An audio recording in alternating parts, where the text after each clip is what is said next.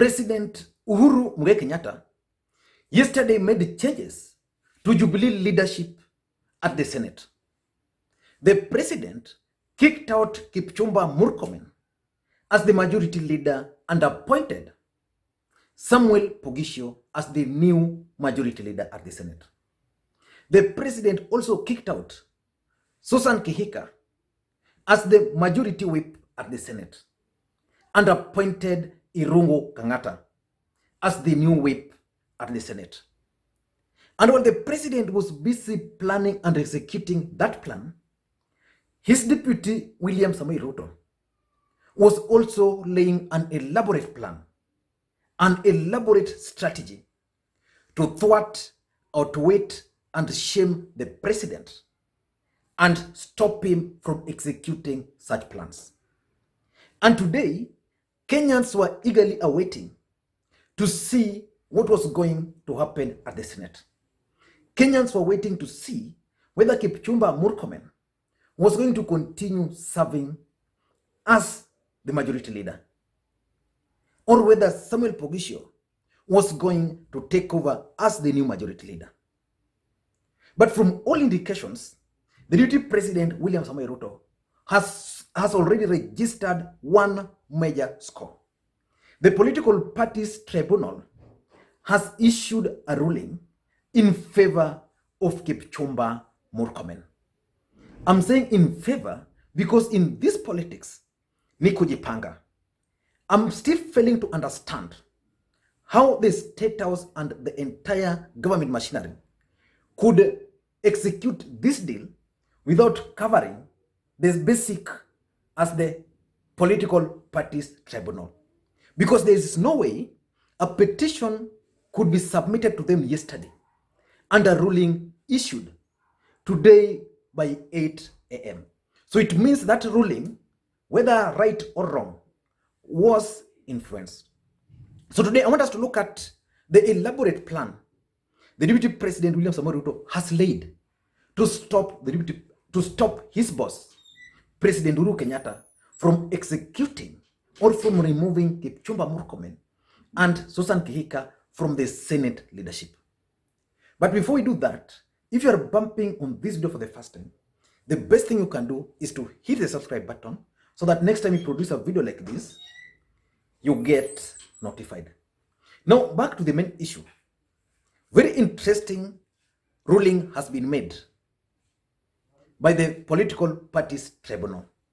In that ruling, the deputy president allies are going to continue serving as the Senate majority leader and also at the Senate majority whip.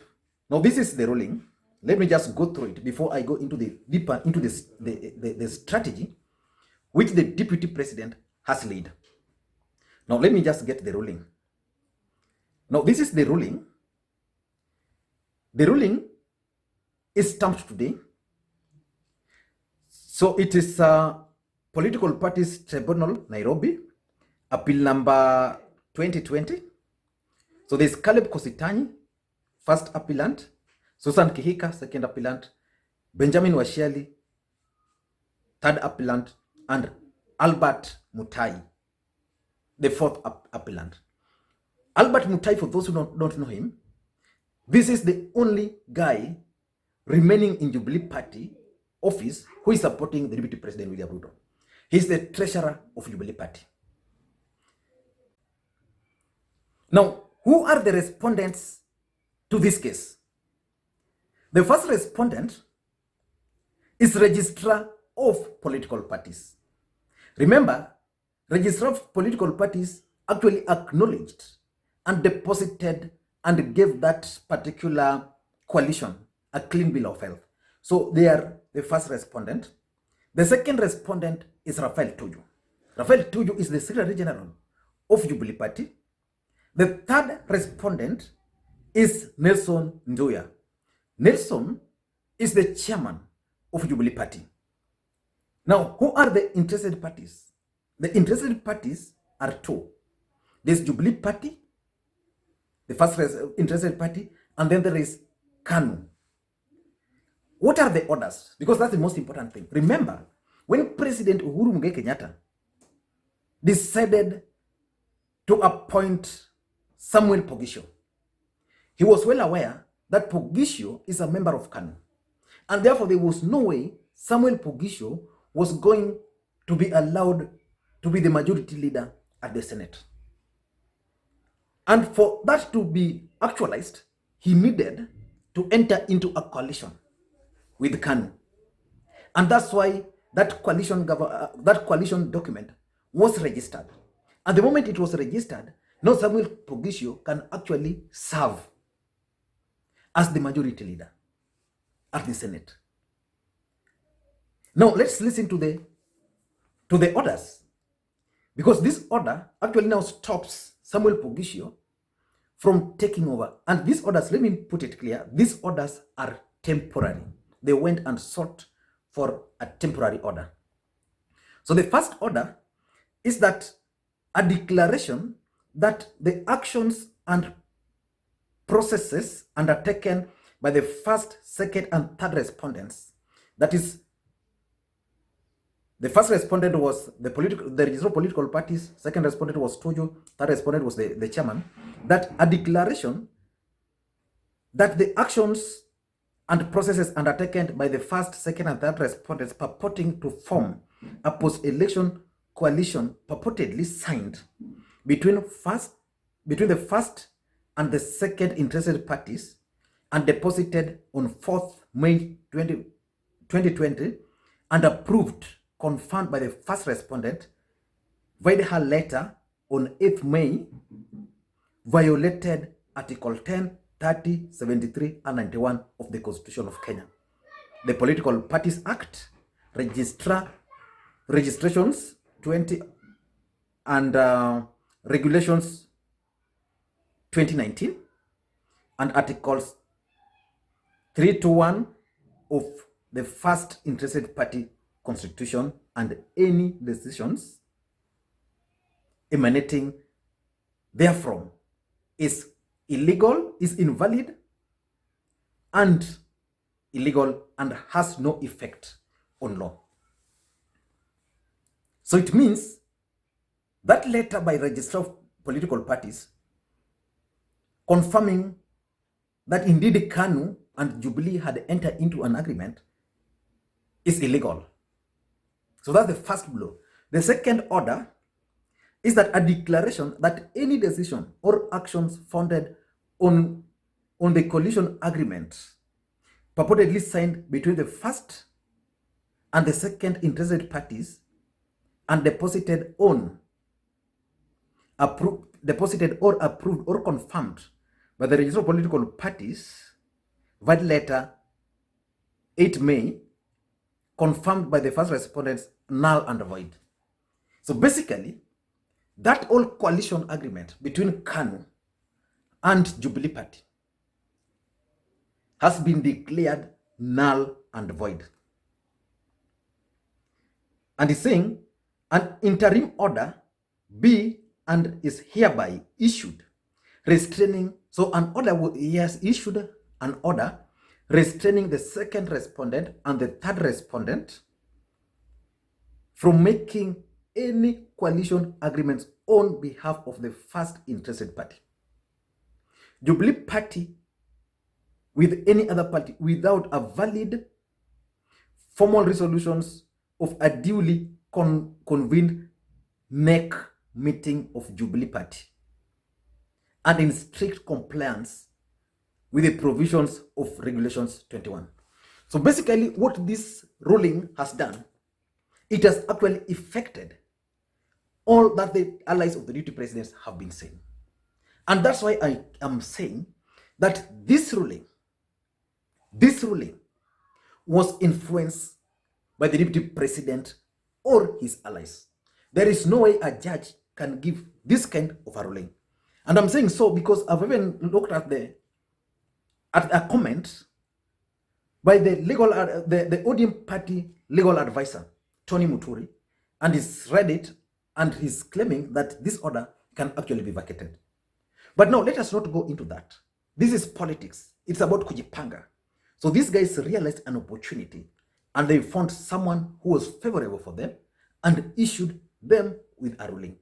Because if it were not for this, probably the registered political parties would have had their lawyer arguing the case. The Jubilee Party, through Rafael Tuju, would have also argued their case. Things like those. But this, even KANU would have presented their lawyers to argue their case. But this is politics. Politics is kujipanga. But what are the elaborate strategy which the deputy president has laid? Because these strategies are lethal. The DP is going to outwit his boss. He's going to embarrass him. Of course, the boss is already embarrassed. What I don't know, and I'll be waiting to see, is how the system is going to react. And by the way, something was also telling me that because in politics, everything is normally designed to happen the way they happen.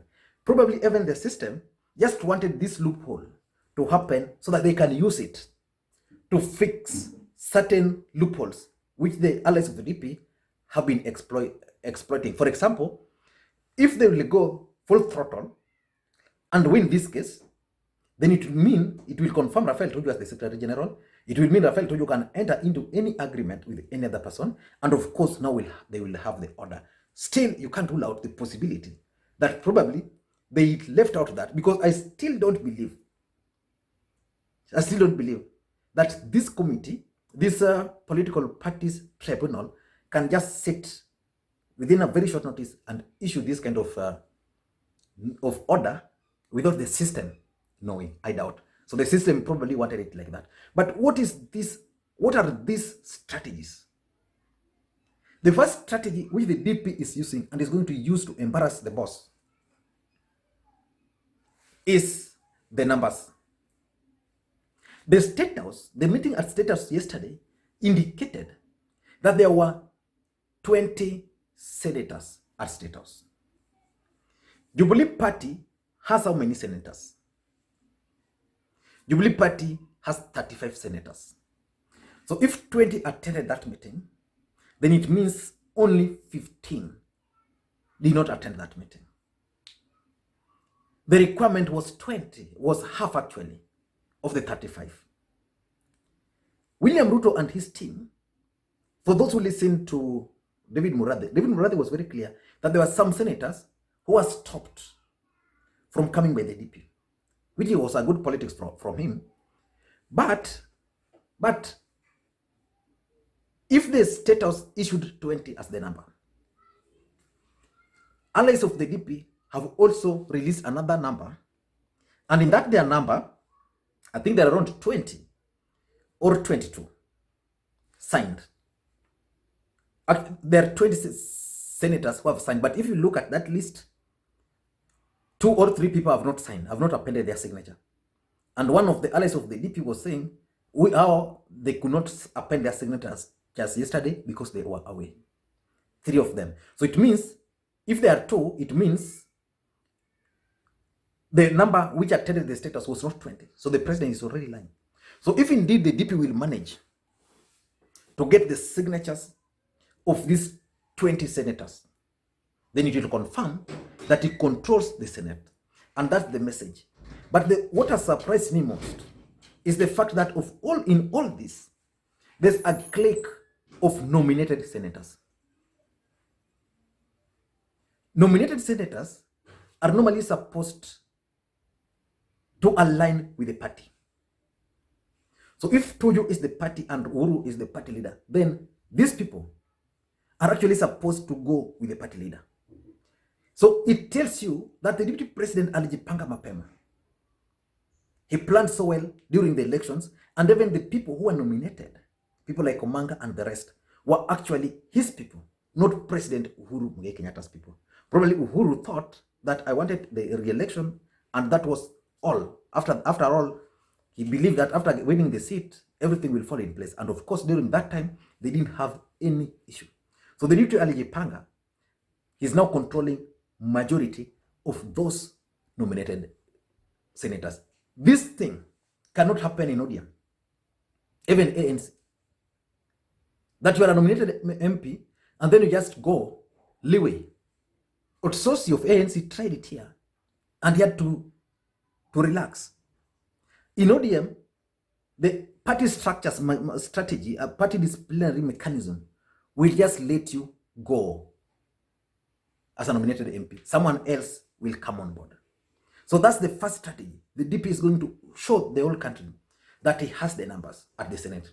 And at the National Assembly, Moses Kuria has already indicated that they are going to kick out Aden Duale's deputy, the deputy majority leader.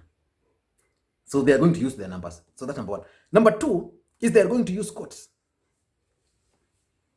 And already they have the win, the first win. ODM party, or NASA, in the last election, used court successfully. The only problem they encountered with the system was implementation or obeying those court orders. So I think that's the strategy which the deputy president is also going to use. He's going to ensure that courts are going to rule in their favor. Already they have the first win. I'm sure they are lining several others. So the moment the president will be dragged to court, that's the day I'll be waiting. And the other thing I'm waiting is when the day Kipchumba Murkomen will go to James Orengo's office and tell Orengo to represent him in court. Because Orengo actually predicted that government eats their own people and that these people will go crying in his office to represent them. So I'm actually waiting for the day this will happen. Number three, the third strategy which the DP is using is public sympathy. They're trying to engineer a narrative that the DP is being targeted. He helped this guy, is being targeted. He's not fighting the president. In all this, the DP has been silent. He has not said anything. He was not consulted. Uhuru anafanya tu hivi, Kipchumba Murkomen hajafanya makosa yoyote, has been very loyal to him. So they want to use public sympathy or the court of the public opinion. Whether they are going to succeed, I still don't know. But what surprised me yesterday was even the reaction online. Online, NASA supporters and even Jubilee supporters who support Uhuru Kenyatta were very excited that Kipchumba Murkomen was being kicked out.